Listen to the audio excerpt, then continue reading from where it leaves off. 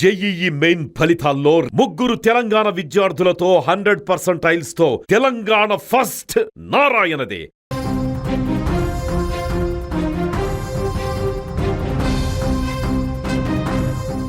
ఒక్కసారిగా హైదరాబాద్లో మారినటువంటి వాతావరణంతో హైదరాబాద్ శివారు ప్రాంతంలోని రంగారెడ్డి జిల్లా శంకరపల్లి మండలం మహాలింగాపురంలో భారీ ఈదురుగాలు దాటికి ఒక భారీ క్రేన్ కుప్పకూలిపోయింది. ఈ భారీ క్రేన్ కుప్పకూలిపోవడంతో అక్కడ పనిచేస్తున్నటువంటి కార్మికులు దాదాపుగా 3 నుంచి 4 వరకు చనిపోయినట్లు తెలుస్తుంది. స్పాట్లో 3 వ్యక్తులు కార్మికులు అక్కడ పనిచేస్తున్న కార్మికులు చనిపోయినట్లుగా అక్కడ స్పష్టంగా అర్థమవుతుంది. అయితే అక్కడ మరో 11 మందికి తీవ్ర గాయాలయ్యాయి.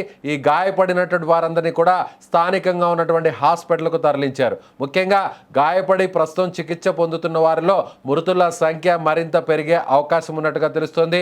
11 మందిలో మరో 3 వరకు కూడా చనిపోయే అవకాశం ఉన్నట్లుగా సమాచారం అందుతుంది. ఎస్, మనం ఆ విజువల్స్ని చూడవచ్చు. ఇక్కడ శంకరపల్లి మండలం మహాలింగాపురంలో ఒక భారీ బ్రిక్స్ కంపెనీ ఉంది.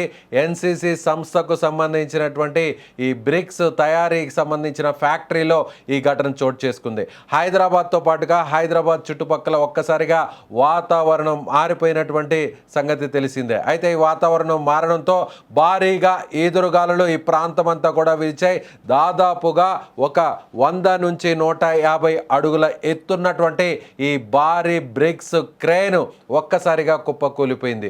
ఈ క్రేన్ దగ్గర దాదాపు 30 మంది పనిచేస్తున్నట్లుగా తెలుస్తుంది.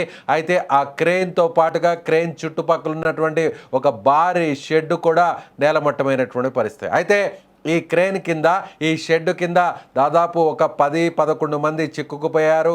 ఈ 11 మందిలో స్పాట్లో 3 చనిపోయినట్టుగా తెలుస్తుంది. ప్రస్తుతం అక్కడ గాయపడినటువంటి వారందరినీ కూడా స్థానికంగా ఉన్నటువంటి హాస్పిటల్లో హుటాహుటిన అక్కడ ఉన్నటువంటి సిబ్బంది అంతా కూడా తరలించారు.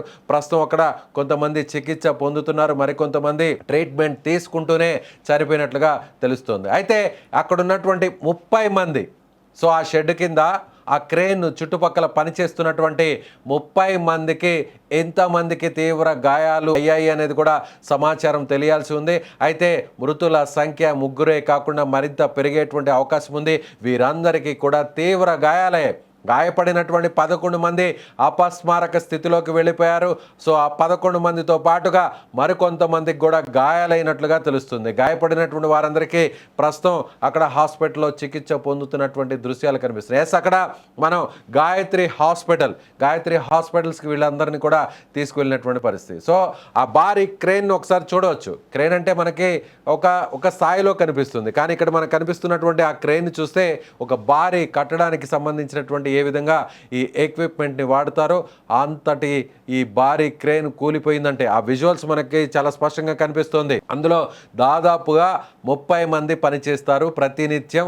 ఆ 30 మందిలో అందులో ఎంతమంది చిక్కుకుపోయారు, మరికొంతమంది ఇంకా కూడా ఆ శిథిలాల కింద చిక్కుకుపోయినట్టుగా అనుమానాన్ని వ్యక్తం చేస్తున్నారు. సో మధ్యాహ్నం సరిగ్గా 4 గంటల సమయంలో 3 నుంచి 4 గంటల సమయంలో భారీగా ఈదురుగాలులు వీచాయి. ఆ గాలులు దాదాపుగా 80 నుంచి 70 కిలోమీటర్ల వేగంతో వీయడం, ఈ భారీ క్రేన్ అంతా కూడా ఒక దాదాపు 150 నుంచి 200 అడుగుల ఎత్తున్నటువంటి క్రేన్ కావడంతో ఈ గాలుల దాటికి ఒక్కసారిగా కూలిపోయినట్టుగా తెలుస్తుంది. సో చనిపోయిన వారందరూ కూడా ఉత్తర భారతదేశానికి సంబంధించినటువంటి నార్త్ ఇండియన్స్గా తెలుస్తుంది.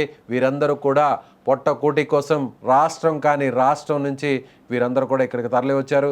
ఇక్కడే ఉండి వీరు ఈ కూలి పనులు చేసుకుంటూ కార్మికులుగా ఉండి వారందరూ కూడా జీవితాన్ని వెళ్లదీస్తున్నటువంటి పరిస్థితి. అయితే ఇప్పుడు చనిపోయినటువంటి వారందరూ కూడా నిజంగా అక్కడ ఉన్నటువంటి పరిస్థితి చూస్తే ఒక భీతావహంగా మారిపోయింది.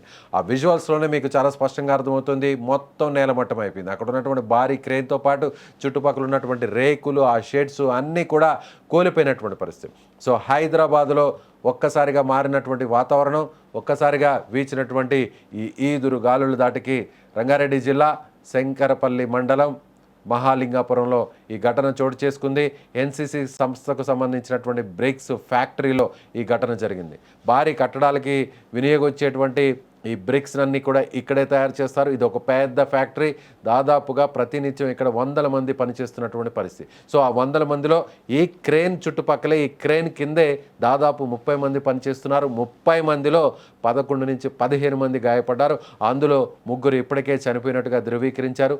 మరికొంతమంది కూడా మృతుల సంఖ్య కూడా పెరిగేటువంటి అవకాశం ఉంది. हाँ कितने आदमी थे आप पूरे? अंदर तो 20-30 आदमी होगा। क्या बना रहे थे? बिल्डिंग बन रहे थे क्या बना रहा? नहीं, काम करके उधर रखा था। हाँ ट्रेन बड़ा है वो? ट्रेन तो हाँ बड़ा हाँ वो तो कोई मर गए क्या? मालूम नहीं होगा सर। क्या नाम है आपका? सुदर्शन, कहाँ के हो आप? उड़ीसा का। उड़ीसा। और किधर इधर सिर को पाँव को मार लगा अभी? पाँव